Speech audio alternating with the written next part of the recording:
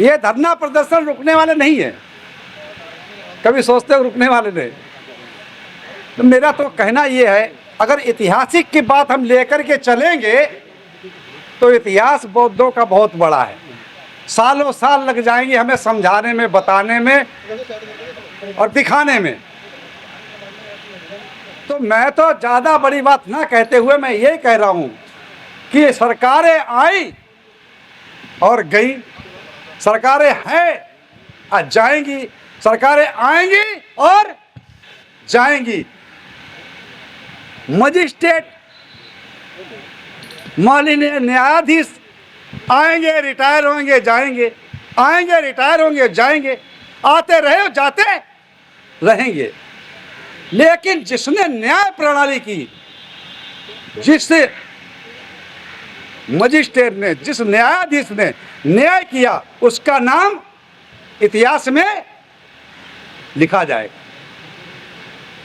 जिस न्यायकारी राजा ने अगर न्याय किया तो उसका नाम इतिहास में, चाहे बेशक कितना दुराचारी, अगर एक न्याय काम करके जाता है समाज में तो उसका नाम भी लिया जाता है, फला काम उसने अच्छा किया।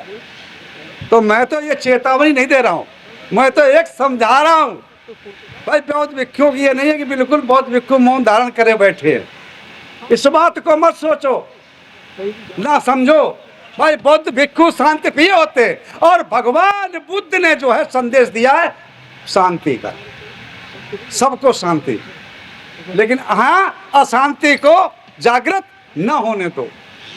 जो 29 तारीख को न्याय होने वाला, मैं तो यही कहूँगा, जैसे कि अयोध्या जो साकेत नगरी था उसका फैसला हुआ, न्याय नहीं हुआ। अगर इतिहास खोलूंगा तो पढ़ते पढ़ते मजिस्ट्रेट भी थक जाएंगे और ढोते ढोते हमारे उपासक उपासिका भी थक जाएंगे। इतना इतिहास है बौद्धों का। तो वो क्या हुआ, फैसला हुआ आस्था के नाम पर। न्याय कब होता है, जिसके साक्ष्य मिलते हैं उसके ऊपर न्याय होता है।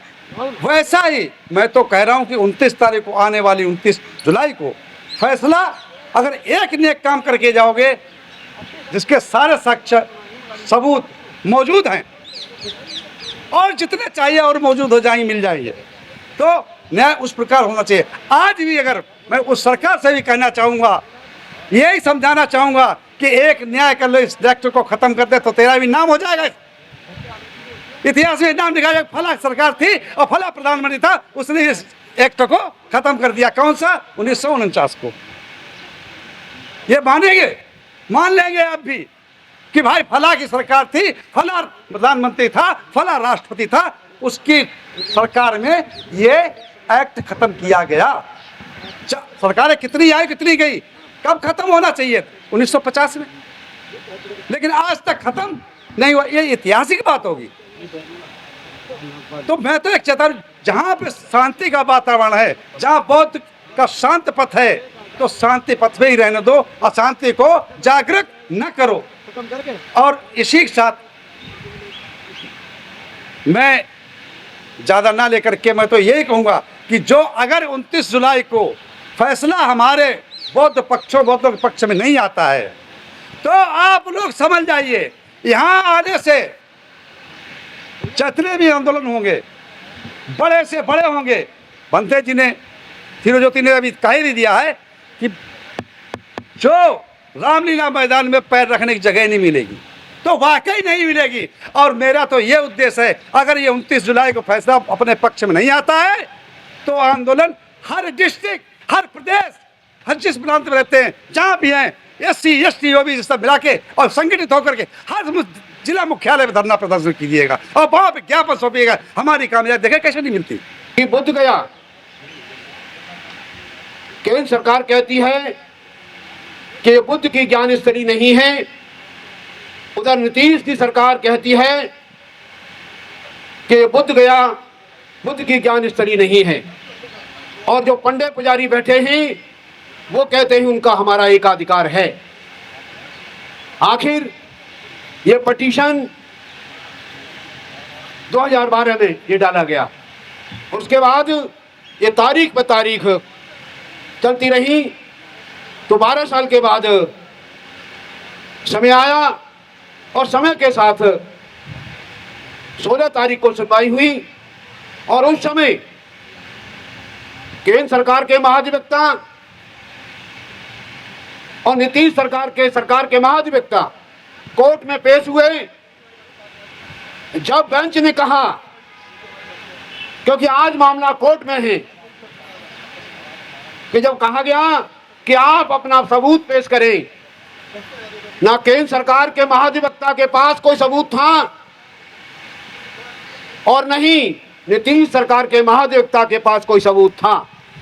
सबूत था जो भंते सुरेश ससाई जी ने जो रिट फाइल किया था 2012 में, उनके पास सबूत था और उन्होंने सबूत 15 किलो वेट का प्रियदर्शी अशोक के समय से जो बनाया गया बुद्ध गया, जो उसने स्तूप बनाया, 84,000 स्तूप बनाए और उसमें से प्रमुख एक ये बुद्ध गया का महाविहार है, उसको लेकर के सबूत पेश किया गया और इनको 22 जुलाई तक ये समय दे दिया गया कि आपको अपने सबूत कोर्ट में पेश करने होंगे। ये तो जब ही पता चलेगा। अब 29 जुलाई है सुनवाई की, 29 जुलाई की सुनवाई है और उस समय क्या होगा ये कोर्ट जानता है। लेकिन जैसा कि आपको मालूम है, आज कोर्ट फैसला करेगा।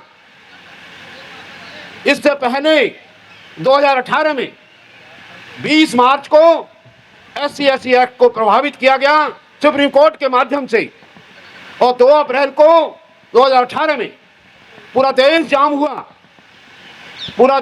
हुआ और पार्लियामेंट का जो जॉइंट सेशन बुला करके सरकार ने माफी मांगी और SC/ST एक्ट को पुनः पूर्व स्थिति में लाके खड़ा किया। कोर्ट सही तरीके से सबूतों के आधार पर सही निर्णय करे, नहीं तो उसके बाद भिक्षु संघ, पूरे देश का भिक्षु संघ मिलकर के एक आंदोलन देश के स्तर पर किया जाएगा और देश की राजधानी में ही किया जाएगा। क्यों? कि देश की राजधानी नई दिल्ली है और नई दिल्ली में मेन स्ट्रीम मीडिया है, इंटरनेशनल मीडिया है, वो लोग भी हैं। लेकिन प्रदेश सरकार की राजधानी जैसे गया में, पटना में करने का कोई मतलब नहीं। पटना का जो मालिक है वो ऐसा है, वो ऐसी कठपुतली है। वो 15 साल से लोगों को बेवकूफ बना रहा है। वो लोगों को बेवकूफ बना रहा है और ढोंग करता है, फालतू का ढोंग करेगा, लेकिन करेगा कुछ नहीं। और जो होना है केंद्र सरकार के इशारे पर या सुप्रीम कोर्ट के इशारे पर ही होगा। स्टेट गवर्नमेंट कोई भी इसमें निर्णय नहीं ले सकती। इसीलिए सदाबान उपासकों, हम सब लोगों ने ये बात को ध्यान में रख करके आज 27 जुलाई का ये कार्यक्रम रखा गया। इसीलिए इस देश की गौरवशाली बौद्ध विरासत को आपको बचाना है, तो सबकी जिम्मेदारी है।